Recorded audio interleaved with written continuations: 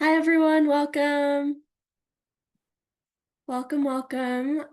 Feel free to introduce yourselves with your name and where you're calling in from in the chat.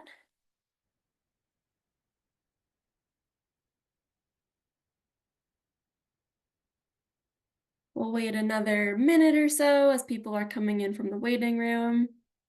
I see Cabrin from Houston, and my chat isn't scrolling right. Giovanna from Los Angeles. Kayana also from Los Angeles. Jen from Pennsylvania. Lisa from Michigan, Terry Ann from Santa Rosa, Dr. Bambi from Georgia. Welcome, everyone.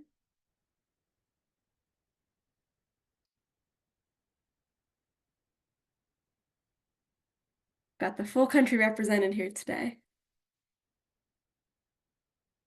We'll wait another 30 seconds or so.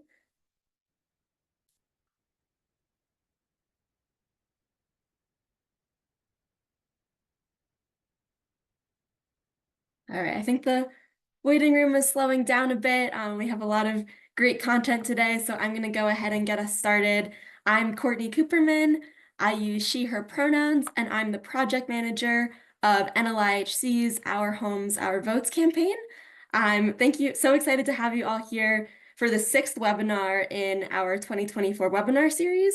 And our topic today is voting while experiencing homelessness.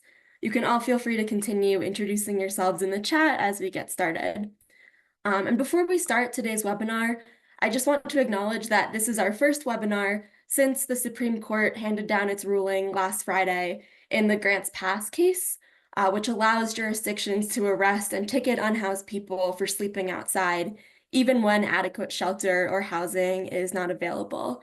And we'll drop our full statement in reaction to that ruling in the chat.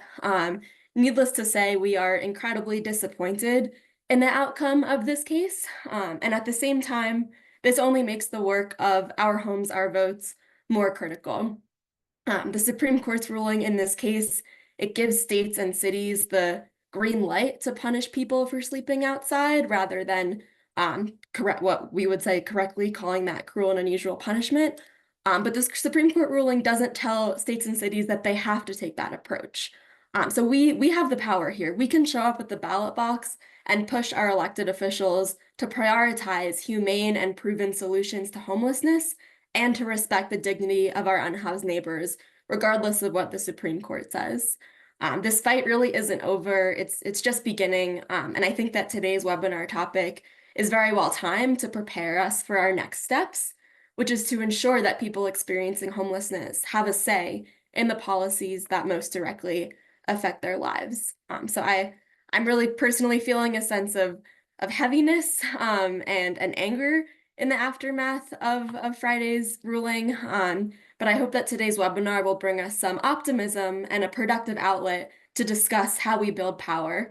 And I think that is really important in the context of this case. So that brings me to where we are today. We're bringing together 3 experts to discuss how people experiencing homelessness can make their voices heard in the democratic process and how advocacy organizations and service providers can empower them to do so. Our panel today will feature Dr. Caitlin Kren, whose doctoral research at New York University creates a framework for civic empowerment in shelters, Ashley Heidenreich of Michigan Coalition Against Homelessness, which was one of our NLIHC state partners and a very close partner on Our Homes, Our Votes, and Ken Williamson, who leads the Everyone Votes campaign at the National Alliance to End Homelessness. And so before I turn it over to our panelists, I'll just start with our usual housekeeping items. First, this webinar is being recorded. The recording and the resources will be posted on our website, and the recording will be on the NLIHC YouTube channel. We'll also send this out in the next edition of our Friday email newsletter, which is The Connection. We won't send it out this Friday because of the July 4th holiday, so you can look for it in our next edition of The Connection the following week. This webinar, we have closed captioning. Thank you again to our captioner for being here today. There's a lot of you on here, so we ask that you ask questions using the Q&A feature throughout the webinar. with so many people attending, it can be hard to catch questions as they go by in the chat. So we're more likely to ask your question if it's in the Q&A. Speaking of the chat, we ask that everyone engage thoughtfully and respectfully and to live by the Platinum Rule, which is to treat others the way that they want to be treated, even if that's different from the way that you want to be treated. And last but not least, I'll give the usual reminder that Our Homes, Our Votes is 100% nonpartisan, meaning that we don't endorse or favor specific candidates or political parties. Our goal is to build the voting power of low-income people so that we can hold all elected officials accountable to prioritize housing justice. And with that, I will hand it over to Caitlin to get us started.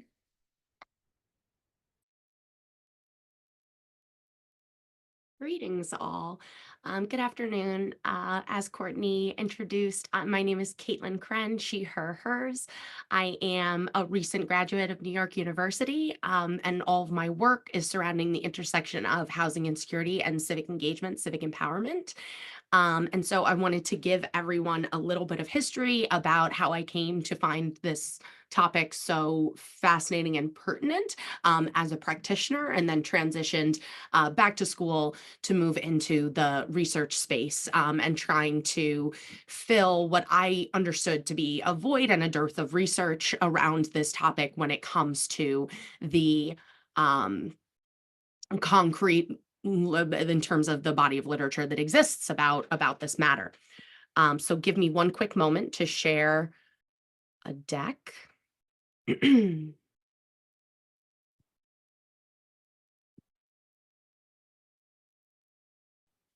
Okay. So just to begin, please excuse me.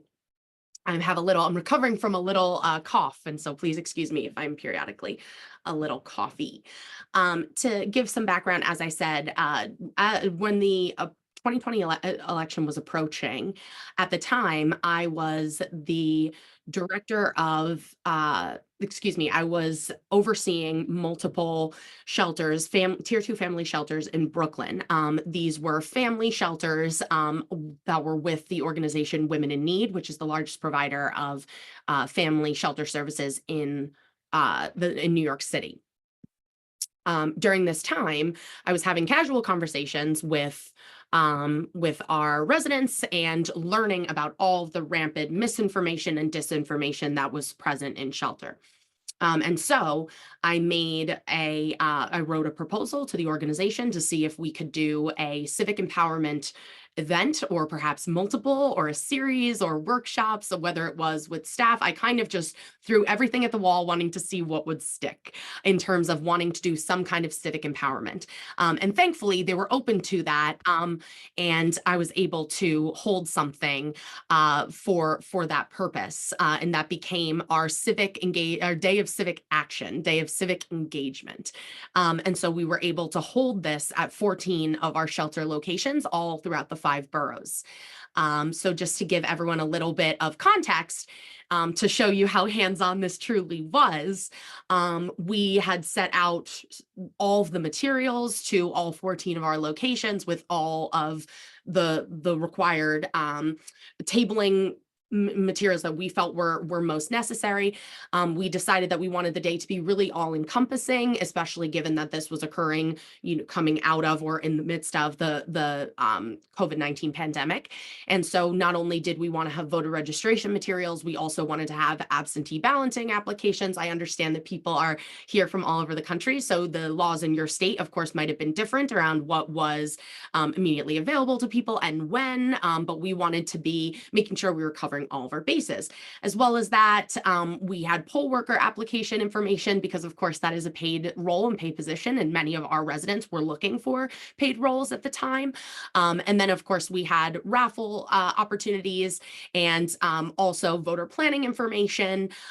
We had raffle opportunities, we had incentive opportunities for people to come and participate. And then we also had a subdivision of developmentally appropriate voter engagement and civic empowerment activities for children. So we had little voter booths for kids to go in and cast their vote for the elephant or the donkey, and explaining why voting is important. And we had some of our social workers working on those materials. Again, this is just some more material about things we were suggesting to try to make the engagement of it all fun and exciting. So again, we had candies, balloons, music, modest festive table confetti, etc. And then we had extensive work. Prior to this, we partnered with the League of Women Voters to come into the shelter and train all of the folks on site about the process of voter registration. So that is something that we can talk more about. But when thinking about really actionably uh, moving forward with trying to create civic empowerment in the spaces that you work within civic empowerment initiatives, I had a very positive experience working with folks who do civic engagement as their primary purpose as an entity, and then weaving it into what makes the experience of housing insecurity so unique, what makes the experience of voting and civic engagement so unique while experiencing housing insecurity. So I'm going to breeze through some of the problem articulation because odds are, if you are in this space, you are very well aware of why housing insecurity and homelessness right now is at its peak and is extremely problematic. Something that I will just underscore right here is that there is an estimate that, although, as I said, there is a dearth of research on this matter, there's very, very little academic research out there that has at least, or that has been published and that is accessible more now. But during the time that I was initially beginning this work in 2020, there was much less. And so it was estimated that about 1/3 of people experiencing homelessness are registered to vote. And of that third, there's a voting rate of around 10%. So a couple of things that define the work that I do, that as the model was created, it focuses a lot on the concept of intersectional oppression, which focuses on, as we know, there is a statistical overrepresentation of certain groups of folks in the homeless community, whether it is sheltered or unsheltered homelessness. And as we know, these are often some of the very same groups that are systematically left out of the process of civic engagement or the civic process in general. And as such, that's why this is that much more remarkable and that much more necessary for there to be empowerment initiatives that specifically pull these people and these voices into the process, especially given the lived expertise that these folks harbor from their experiences and how useful their voices are and can and should be when it comes to elected officials who will actionably work on or not these and prioritize legislation and other initiatives, budgeting, etc. That will be helpful. And so I'm keeping an eye on the time too. Courtney, please feel free to give me a little minute or so. I don't want to cut into anyone else's time, but I will also be able to expand on all of this more when it is my moment. When we are answering questions. So all this to say, a lot of what my research focused on is the unique impact on our unhoused neighbors. And so the ways in which voter roll purging, redistricting, gerrymandering, and undercounting in the census specifically impact people that are unhoused. And so voter roll purging, for example, often happens after the census process, after the redistricting process.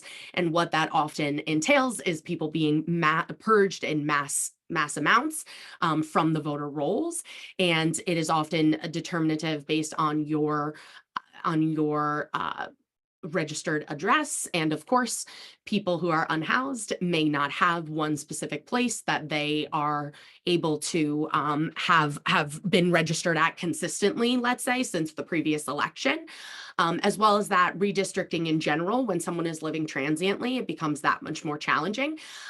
Please forgive, I feel once again, I'm preaching to the choir when it comes to this concern. As well as that undercounting in the census is extremely significant. Statistically speaking, areas that are that have sheltered spaces, meaning, shelters literally, and encampments, things like that, are typically areas that do not receive as much funding, resources, things like that, which is something that's allocated based on the census representation as well. And why is that? Because when the census happens only once a decade, those folks may not be there yet as they are living transiently, or of course, people are not taking the initiative to make sure that those people are appropriately counted, or they are understood as a body that will exist whether or not those specific individuals are there. So, there may be two large shelters next to each other in Brooklyn. I'm using this example from my own personal experience. Two large shelters that house about 2,000 people, but effectively, as far as the census is concerned, no one is living there. And so that is reflected in the funding and budgeting allocation, why the street signs are falling off the hinge, why the traffic lights don't work, as well as in representation and the amount of representation that we have in various legislative bodies at all different levels of government. And so addressing this problem, these are some voter registration interventions that were yielded of my research. My research was participatory action research in Tier 2 family shelter. And what I was able to hone from that is, of course, a lot of the things that we know and understand. And so now this is a part of the contribution to the literature, so that as advocates are working towards advocating for interventions of this nature, there's something to buttress the arguments that come from academic work. And so automatic voter registration, of course, if there are people who are registered as residing in a shelter, if they are able to be automatically registered to vote from that location, there you go. Election day voter registration, of course, EDR, just kind of eliminating a lot of the hoops and deadlines that have to be thought of when people are already dealing with so much layered adversity that this is not top of mind for them at the moment.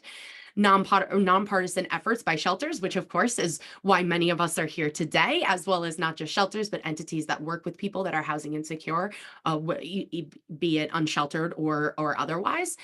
And then, of course, extending poll hours. Again, this has to do with the demographic of people that often find themselves unsheltered. People are often working long-hour jobs, maybe lower wage or hourly jobs, and jobs that you simply do not get given the luxury of time off to go vote.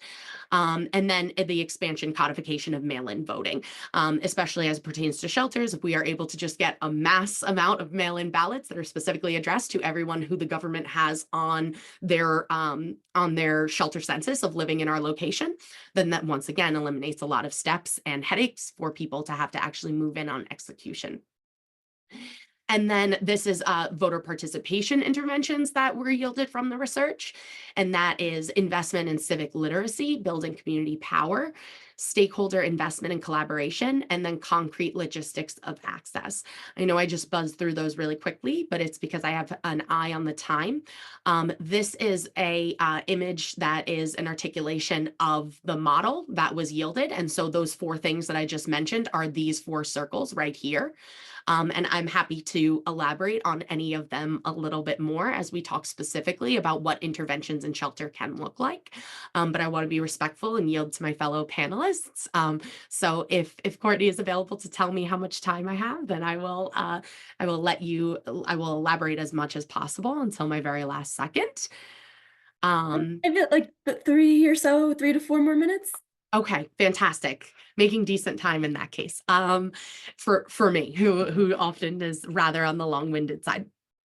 So all this to say, concrete resources speaks for itself, and this often can look like transportation to and from polling sites being made available. If you are a single mom with 3 children living in shelter, it can be extremely difficult, and it can be a huge deterrent from you going if you have to lug a stroller and 2 toddlers on the subway, for example. Again, please forgive that so many of my examples are pulled directly from New York City. Again, that's where this research was done. But as everyone can imagine, that is a translatable example to perhaps wherever one might find themselves in the country if this is a single mom residing somewhere with barriers to transportation. And then as well as that, childcare. Childcare is a tremendous barrier for families living in shelter as well, for a lot of the same reasons, right? It's a lot easier if you can drop your kids for a half hour to go run to the polls, or perhaps longer, depending on where you live and what voter engagement and what the voting systems look like and how convoluted or determinative they might be. And then, as well as that, things like Metro cards, or otherwise compensation for transit, because sometimes people are very used to traveling on the train or the bus with their kids, and they honestly don't mind doing it, but it's just more money to spend that they are trying to save so that they can, better their circumstance in terms of their living, if that is what their goals are at that time.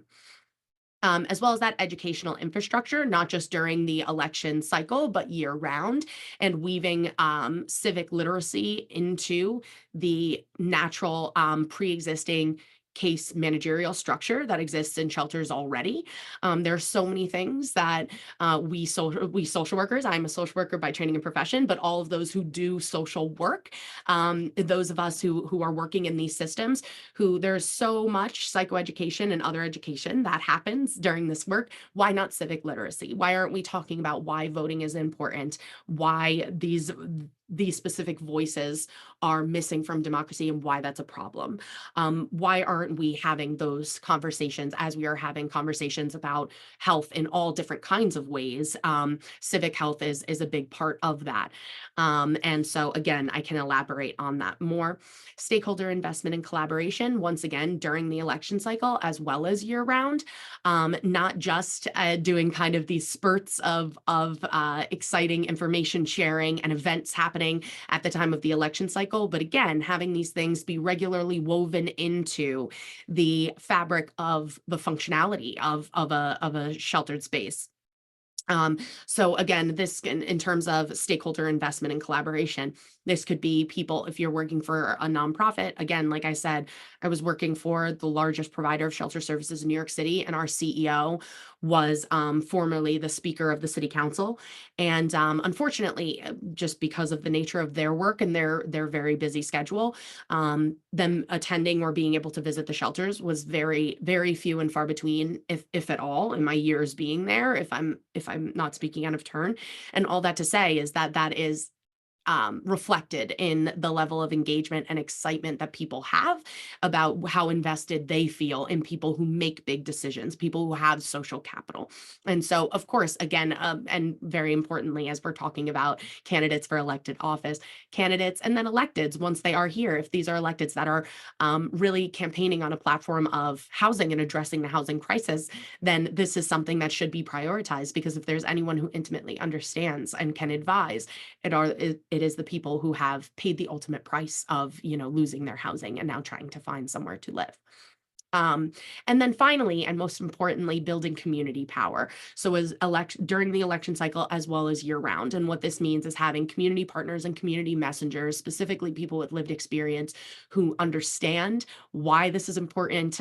We have a very vast network. We're very fortunate in New York City. We have a very vast network of formerly unsheltered folks who now are working in advocacy, whether it's informally, formally, but that are loud voices, and partnering with these folks and understanding the importance of these voices leading the charge and being the loudest voices in the room, and the ways in which that benefits the likelihood of engagement and buy-in from people who, like I said, in the social work space, we talk often about Abraham Maslow, the Maslow's hierarchy of needs.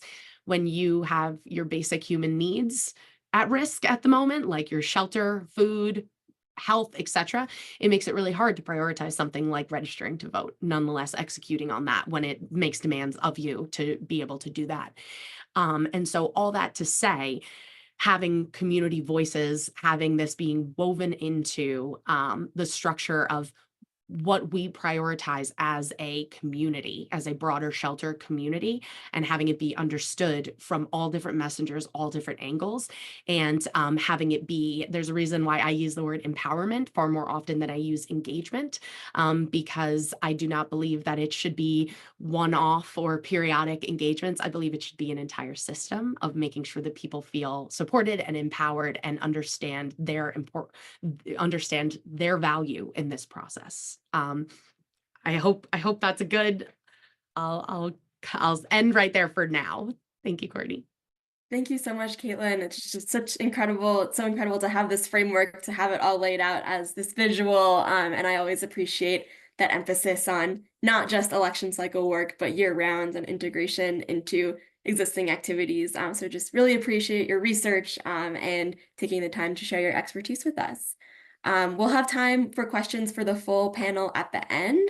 So please continue asking your questions in the Q&A, and I will pass it over to Ashley. Thank you, Courtney. And hi, everybody. Good afternoon. I'm really happy to be here today. My name is Ashley Heidenrich, and I'm a project coordinator with the Michigan Coalition Against Homelessness.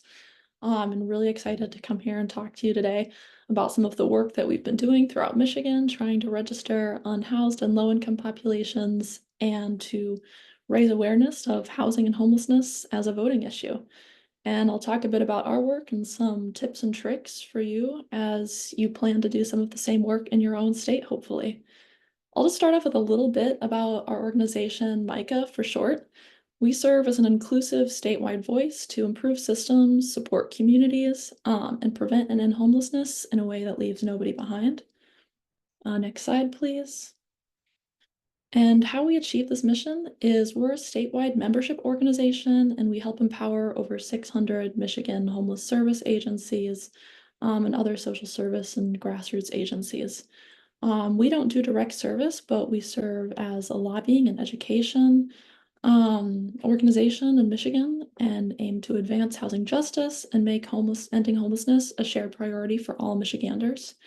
And we do this through our state and federal legislative advocacy, public awareness campaigns. We do education and training for our membership organizations. We run the state's HMIS data system to help homeless service agencies and the people that they serve operate more effectively and to help the entire state of Michigan collect data on homelessness. We support our organizations through volunteer opportunities, and we also have an authentic engagement division where we assist, train, and compensate a network of advocates with lived experience and make sure that their voices are really front and center in all of the work that we do, particularly our advocacy. Next slide, please. And we're really proud to be partners of the National Low-Income Coalition's Our Homes, Our Votes campaign as a state partner. This is a really big part of the work that I do in addition to some advocacy. And so our work includes directly hosting voter registration and education events across the state at shelters and at supportive housing and low-income housing properties. I'll talk about this a little bit more later, but we also run candidate position surveys centered around housing and homelessness to try to elevate these issues as campaign and voting priorities in Michigan. We run communications and a voting resource website, and we also put on training for housing and homeless service providers so that they can do all of the voter education and training work themselves. And we're really centered around this mission of, again, as Caitlin was talking about, how only around 9 to 10 of unhoused individuals vote in Michigan and similar rates nationally. It's really important to help boost these numbers and really build the political power of unhoused voters and voters who are housing insecure. Next slide, please. So I'll start talking a little bit about how we got started with this work and kind of the steps that an organization, whether you're an advocate or a shelter or direct service provider, that you can take to start to do similar events like this yourself. And I say the number one thing to get started with is identifying your state rules. Nationwide, not having a permanent address does not disqualify somebody from voting, but really the variety of differences in state laws, and issues with ID requirements and address requirements, and just a lot of confusion around the process really holds a lot of people back from voting. And so in whatever capacity you're involved in this work, really know your state laws in and out. And it can get a little bit dense sometimes, which is why I'm going to go through all of the considerations that we take in Michigan. And just keep in mind with the info that I'm sharing, this is related to Michigan specifically to get you an idea of what to look for. But I'll share some resources towards the end where you can look for all of these rules in your own state. And so the kind of key things that you want to be looking for are the key dates and deadlines for registration and voting. You want to look at registration eligibility. When you're talking about unhoused voters, the two biggest things you want to look at are ID and address requirements. also looking towards accessibility for people who don't have English as a first language or people with disabilities, and also voting with a criminal record because every state has different regulations around that. Next slide, please. So the first thing is eligibility to vote in Michigan and anywhere in the US. You have to be a US citizen. In Michigan, you've had to have been a resident for at least 30 days, at least 18 years old. In Michigan, something that's great is now individuals with criminal convictions, including felonies or on probation or parole, are eligible to vote in Michigan. And we bring educational materials about that to our voting events to make sure that people are aware of these changes. And something else great about Michigan is that we have same-day registration, and we recently have added 9 days of early registration. Next slide, please. Next, I'll talk a little bit about address. This is a really important consideration when you're looking at voters who are unhoused. In most states, you'll have two things that you need to fill out on your voter registration application, both a permanent address and a mailing address. A permanent address establishes where you'll vote, who's going to be on your ballot, who you're voting for. And a permanent address doesn't have to be a traditional address, which is something that we like to stress throughout Michigan. It can be somewhere that you typically stay, a park or a campground, a shelter, or even cross streets. As long as this is the town or the area that you're usually in, you are good to go for a permanent address. The next thing that you need to provide, which can be the same or different, is your mailing address. Your mailing address is somewhere you can reliably receive mail, and it doesn't have to be your permanent traditional address either. Election information, and if you choose to vote via mail-in ballot, it will be available at this address. And this can be a shelter or a service agency if they're receiving mail for you. It can be a PO box or a friend or family's residence. Next slide, please. The next really important consideration for unhoused voters is ID. So for the registration process in Michigan, a lot of people don't realize that you don't need to have an ID to register, but there's kind of different considerations for online versus paper registration. So this is an area where in your state, you want to really get familiar with the election law. We find in Michigan that it's really helpful to register unhoused voters with the paper registration because you can register with just the last 4 digits of your social security number, or you can check a box. You can see the form here that you don't have a driver's license or personal ID. And then to take another step out of the process for people, it's okay in Michigan for agencies and nonprofits to mail these applications on behalf of the people filling them out. So that just helps take another barrier out of the way, another step out of the way for people who might be experiencing some difficulties. Next slide, please. Then the next step is figuring out what type of ID people need to vote in your state. In Michigan, another interesting component of our election law is that when you go to a ballot, people will ask you, the election clerk or the poll worker will ask you to show your ID, but you actually don't need to show an ID. So you can tell the poll worker, I don't have an ID, and you sign an affidavit and your ballot is all good to be counted. And it's helpful to understand what types of ID you need. So in Michigan, there's about 10 different types of ID that you can see below. Next slide. Last, you want to consider accessibility for people with disabilities or people who don't have English as their first language. Here, voters who are blind, have disabilities, or need translation support can bring anyone except their employer with them to the polls to help do translation, make disability accommodations, and all of our polling places have at least one voting terminal where voters can remain seated, and our Secretary of State website has some translated voter applications. Next slide. And I just went through a lot of different information. So if you want to figure out in your own state what all of the election laws are, I really recommend going to the Vote 411 website. And on the right here, I show all of the different information that they have, but they'll tell you about what voters without traditional addresses can do in their state under eligibility requirements, and it will tell you about all of the ID laws in your state. Your Secretary of State website will also have this information, and you're always welcome to call or email your local election office and clerk. If you run an agency, you're also able to bring your local clerk in to talk to your residents or anybody that you serve about the election laws in your town. You can also use Turbo Vote, and the U.S. Interagency Council on Homelessness has some great one-pagers on their website to help service providers get started on this work. Next slide.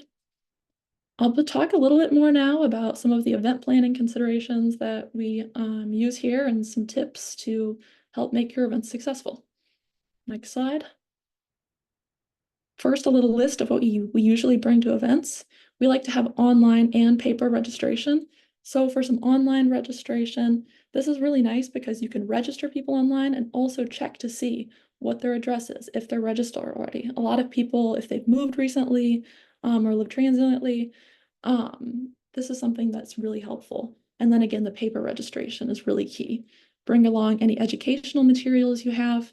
We like to make sure our events are accessible and people have a chance to take a seat and take their time with applications.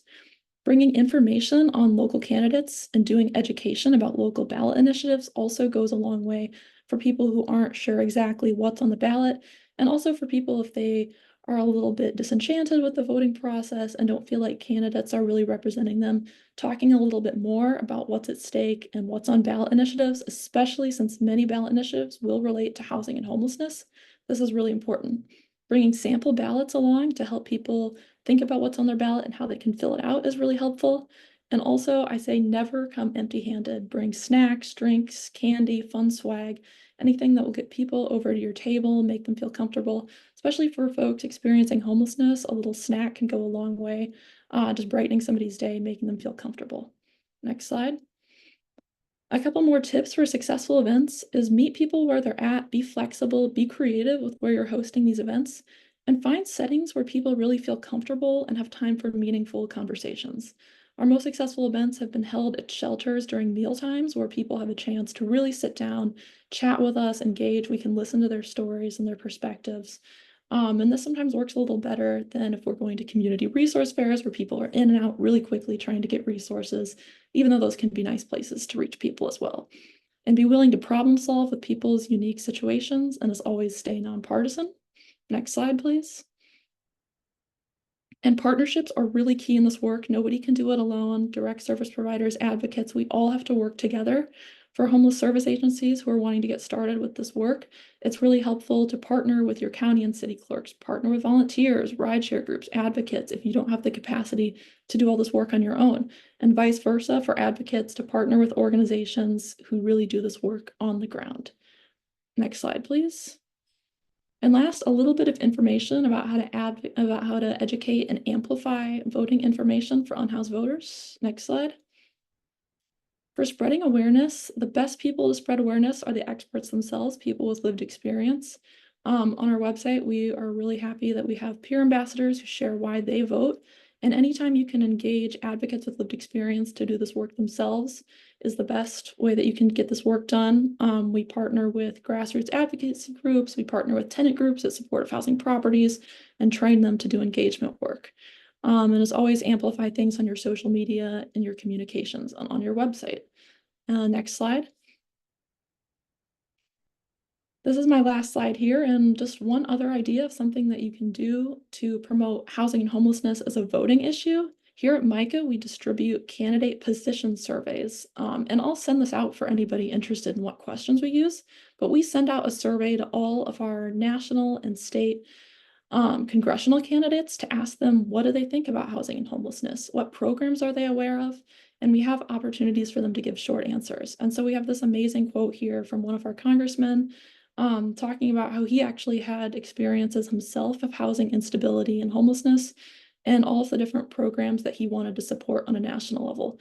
And so this is really going a long way in elevating housing as the really important key voting issue that we know it is, and for helping individuals who aren't sure if their representatives have their best needs in mind, we can help highlight the answers and see how they really feel on a lot of these issues. So that's it for me, and excited to join the Q&A. Thanks for having me.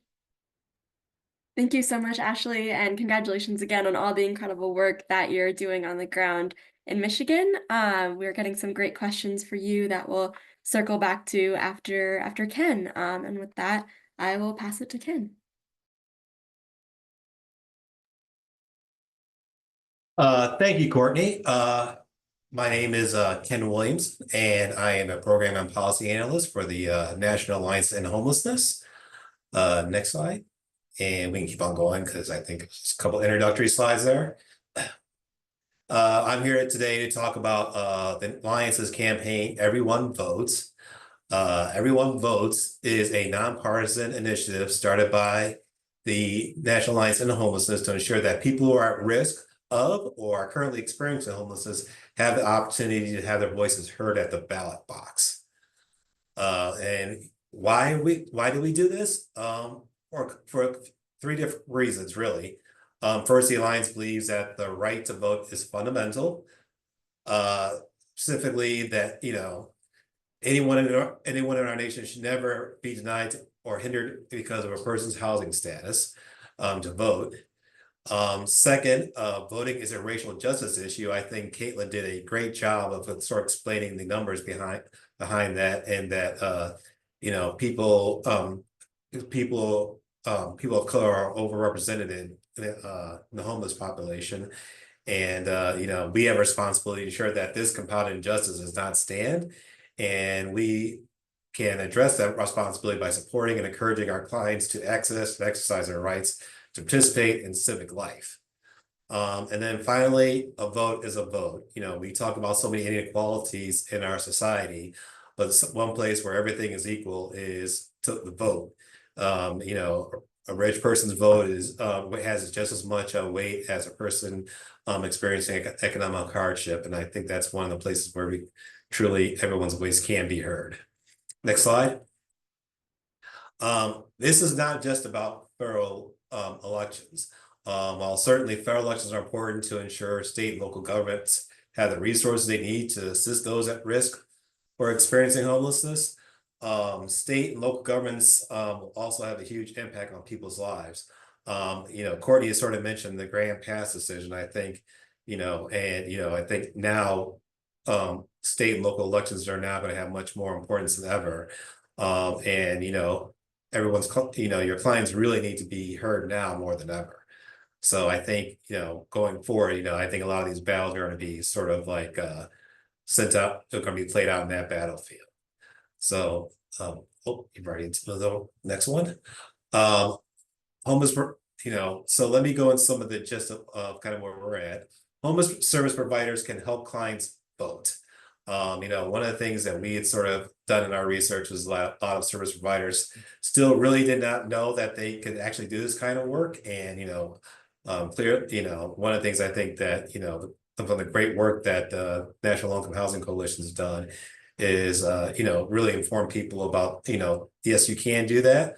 Obviously, you have to ensure, registering people to vote and helping your clients vote is not a partisan activity. I think that's been sort of talked about over and over again between Ashley and Caitlin and Courtney. The federal government has made that official position as well. The Department of Housing and Urban Development and the United States Interagency Council on Homelessness have both issued guidance on how homelessness providers can assist their clients with voting.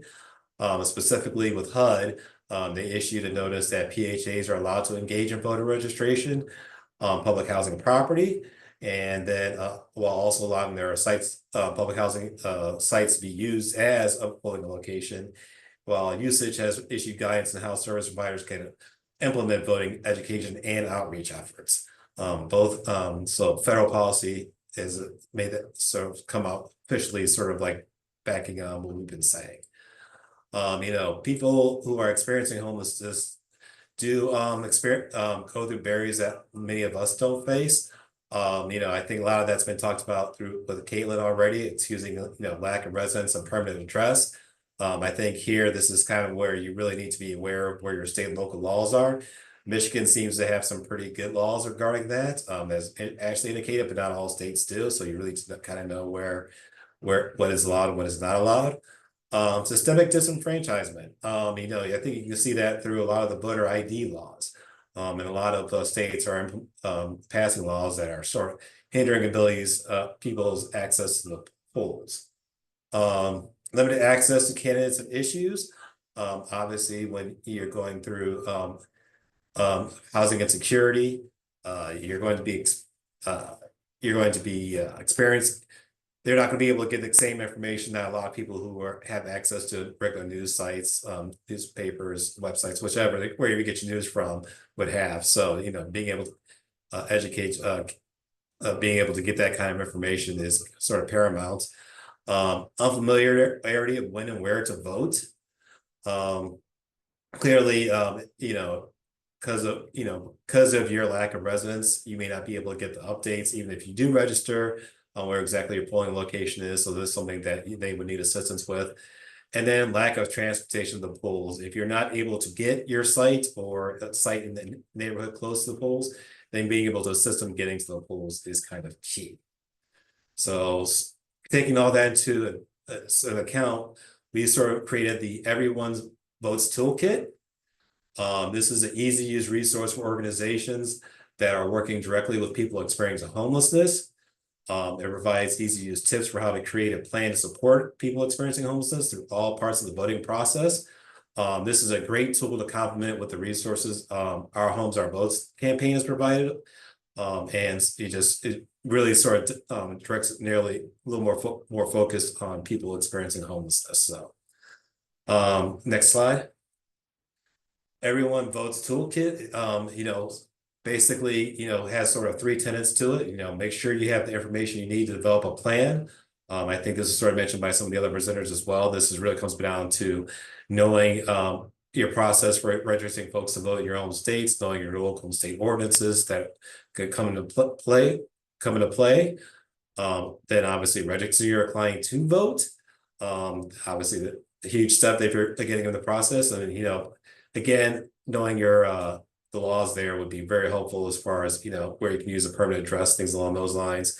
And then getting out the vote by engaging with their clients early and often. And I think anyone who's during sort of the get out the vote efforts know that continuing contact with their clients is the best way to get them to the polls.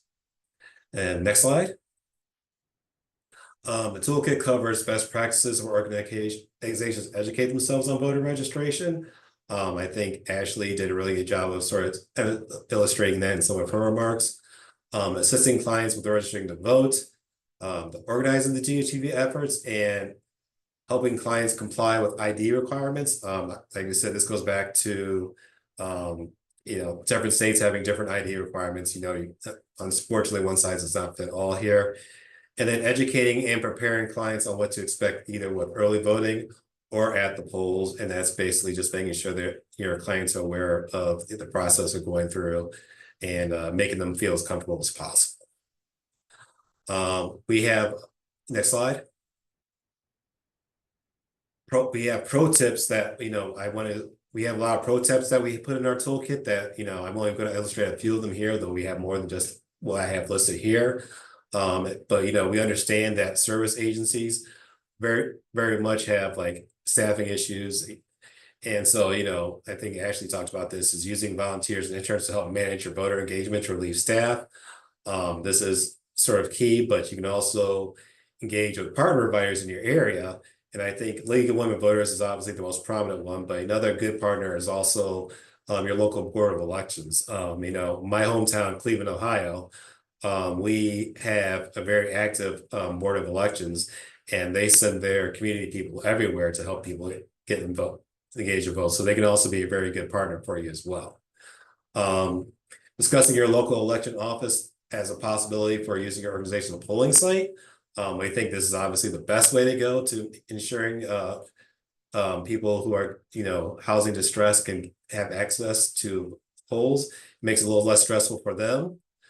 And I think this one, particularly for shelters, is big, is waiving any curfew or waiting in line practices on election day, and replacing with tickets or shelter reservations to eliminate stress and disincentives to vote.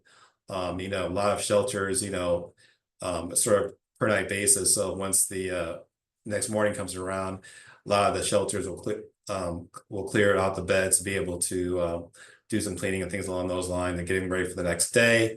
Obviously, if they're going out to vote, this could, if you leave, this could be stressful. And so you're really trying to eliminate the stress for the clients. And then it's also, you provide, we don't want to be giving these disincentives to vote.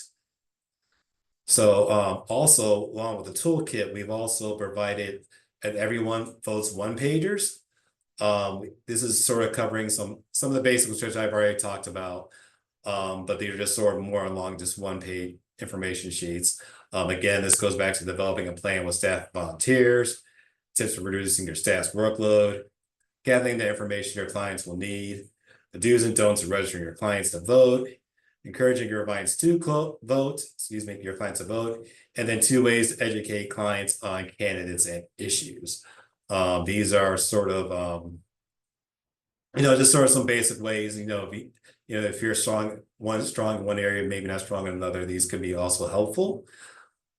Next slide. And wrapping up, simply, everything I've told you about, we can find on this website and homelessness.org. Everyone votes. You have a stake in elections. All those hashtags in between. And obviously, don't forget National Voter Registration Day on September 17, 2024. You hear Courtney talk about this all the time. And I just want to thank the National Low Income Housing Coalition for being such a great partner in all of this. And we look forward to working with them and all of you for the elections coming up through this year and beyond. So with that, I will wrap it up. And thank you very much. Thank you so much, Ken. And I'd highly encourage everyone to check out those resources from Everyone Votes. They're really informative. With that, I'll invite all of our panelists to come back on. We're going to do rapid fire, as many questions as possible. We got a great question from Peter. As we're thinking about empowering our guests to become advocates, how do we recognize the trauma people experiencing homelessness have faced in the process of encouraging them to take an active role in public policy? Sorry, could you repeat that question for me once more? I had an interruption. Yeah. How do we recognize the trauma people experiencing homelessness face when encouraging them to take an active role in public policy? I think this question came up during Caitlin's presentation, so I'll pass it to Caitlin. This is a phenomenal question, and I do not want to, by any means, and feel as if I'm answering it lightly or dismissively, because there's a lot of gravity to this matter. And at the same time, I think that is a great way that you put it. How do we acknowledge? I always say to staff and to teams, naming that and validating that and saying, given your experiences, both as it relates directly to you residing here at this present moment, and perhaps even, various layers of adversity of things you've experienced in your life, why would you? Why? I get it, and validating that and saying this process is largely extremely challenging, broken in many ways. And believe it or not, this is an attempt at trying to put small bricks or stones together that are fixing a bit of a broken system, if you will. And I am somebody who, as a licensed clinician, I'm very comfortable having these conversations and very comfortable validating people's negative experiences and then trying to work through them via strategies like things such as motivational interviewing and finding out what animates this person to make change in their life and how do you activate that. And so why I self-locate like that is to say, if you do have people who that is their work and expertise, if you do have licensed social workers, if you do have licensed mental health counselors, if you do have people who, or any variety of something within those helping professions where in some matter of speaking, where having difficult conversations is their job, like myself, I always say I'm a professional difficult conversation haver. That's what I am as a clinical social worker. And I would say really making sure that these people are a part of that. We often don't think of clinicians as people that need to be brought in on the macro level entities of things, activism, advocacy, doing all these things. We don't always think about clinicians as being our partners in that. We think about clinicians as people doing the very individualized psychoanalytic or psychodynamic work, but getting people who have been perpetually disenfranchised and disempowered throughout perhaps their entire lives and perhaps even long before their lives. This could have been an intergenerational disenfranchising process, depending on who we are talking about as an individual. Trying to convince them that this is worth their time and energy is very much so embedded in the individual, and it is very psychoanalytic. It is very psychodynamic. So I would say having these conversations is difficult. So seek guidance from the people who work with your organization to motivate and animate clients or residents or guests to do anything for that matter, to job hunt, to house hunt, to, look for an apartment, to come down and meet you for their case management meeting. Who are the people who you are deploying to have these difficult conversations when you are being met with barriers, and partner with them, because this is one of the most important times where they will be needed to have a difficult conversation. That's actually something that Courtney and I have talked about as well, is, trying to find spaces where I can even perhaps contribute to providing guidance on what those conversations look like. So stay tuned for more of that. And as well as that, I will put my information in the chat. I'm happy to provide any guidance or support. But again, the experts who are in-house with you or in partnership with you are probably the best people who understand your population the best and your community the best. And so having that dialogue with them about how do we, but I always say the first step is just seeing people. The first step is validation and acknowledgement, and being like, yeah, this process is really, really challenging. And it seems like it has been perhaps for your entire life. So you not wanting to engage in it now, I get it. And are you open to us discussing this a little bit further so I can explain to you why I am here on my knees? Can I explain that to you, my friend, and seeing where to go from there. I hope that was in some way helpful. And again, I'm happy to continue that conversation post webinar. Thanks, Caitlin. Yeah, that was a really great question and insightful answer. I'm going to lump two questions together, one from Chris and one from, where did that one go? From Raisa. How can shelter providers and other organizations help with ballot curing processes? And how do you communicate redistricting information or polling place changes to those who are trying to register and vote? I'll open that up to whoever would like to take it.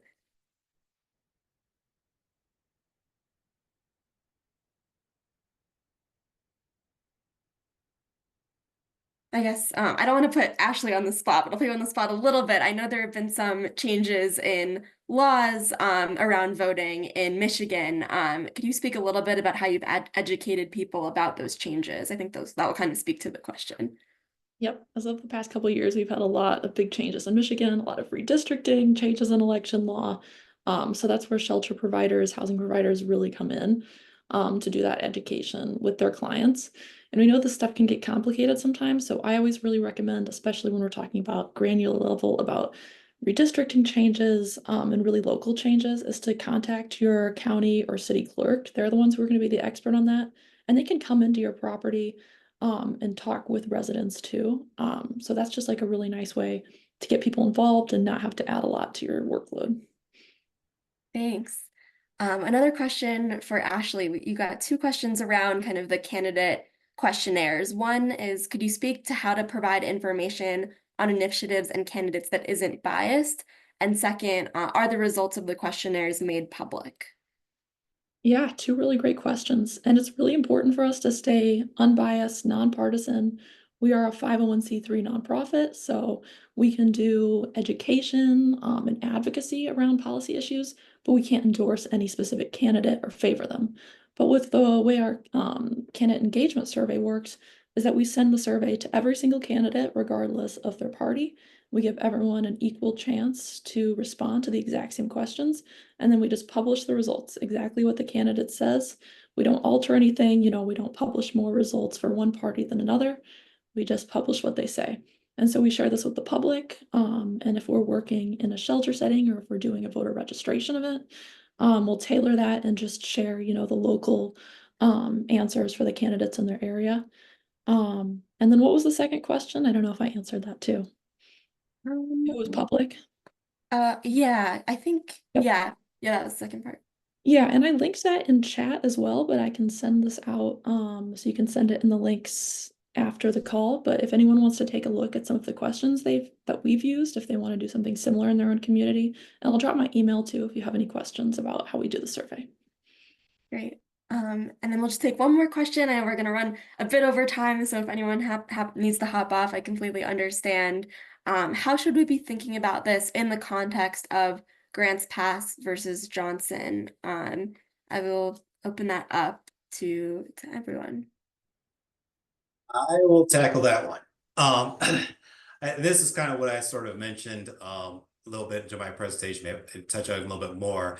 This really comes down to the Supreme Court basically giving all the, and I think Courtney's mentioned this as well, is giving all these local and state governments the ability to be able to pass these punitive ordinances. So now, now the battle's sort of shifting down to those local state government legislatures or the city councils, those elections become extremely important. And I think one of the things that, when you sort of talk about, you know, client education information, sort of letting them know what's at stake on each of these elections, because unfortunately, a lot of these ordinances are going to be popping up all over it, and it's not really partisan.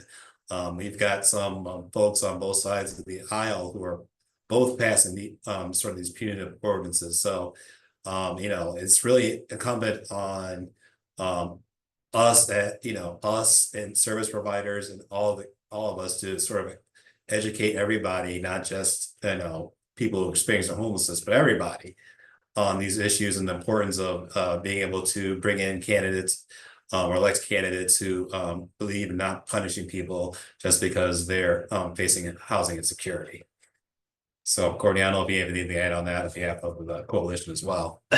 No, I think that summarizes it perfectly. And I'm sure there will be a lot of follow-up coming from us in the aftermath of the decision. So I just encourage you to keep an eye on our email list and to continue to attend our webinars. I know we're a minute over. I just wanted to, first of all, thank our panelists for all of their insights today. And I usually do like a series of announcements at the end of the call. I'm not going to go through all of those today for the sake of time, but there's one that is time sensitive that I wanted to share. We always encourage becoming a community partner for National Voter Registration Day, which Ken reiterated, which I very much appreciate. And National Voter Registration Day just made their mini grants available for community partners. The deadline for one of the event mini grants is on July 18th, I believe. And then there's another mini grant that is geared towards organizations that primarily serve Native or Asian American, Pacific Islander, and Native Hawaiian people. So either or both of those populations. That application is due July 11th. So we just dropped the links to both of those applications, and it is a prerequisite to become a community partner to be eligible for those grants. You can sign up. It takes about 5 minutes at the link that Hillary just dropped in the chat.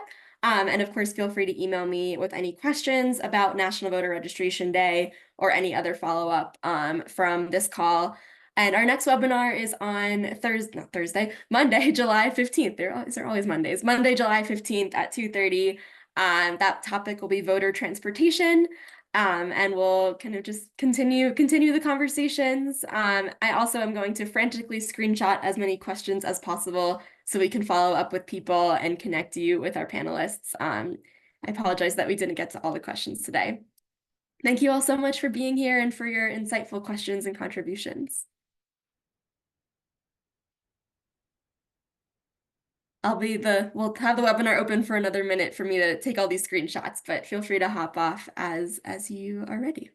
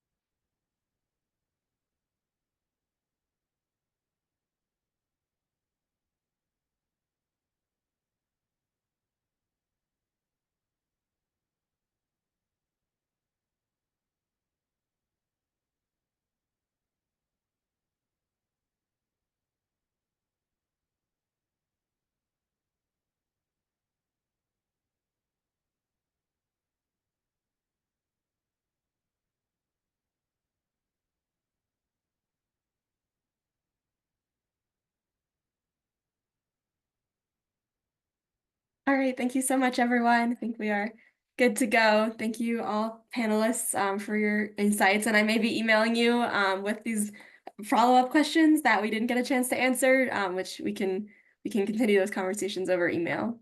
Thank you, everyone.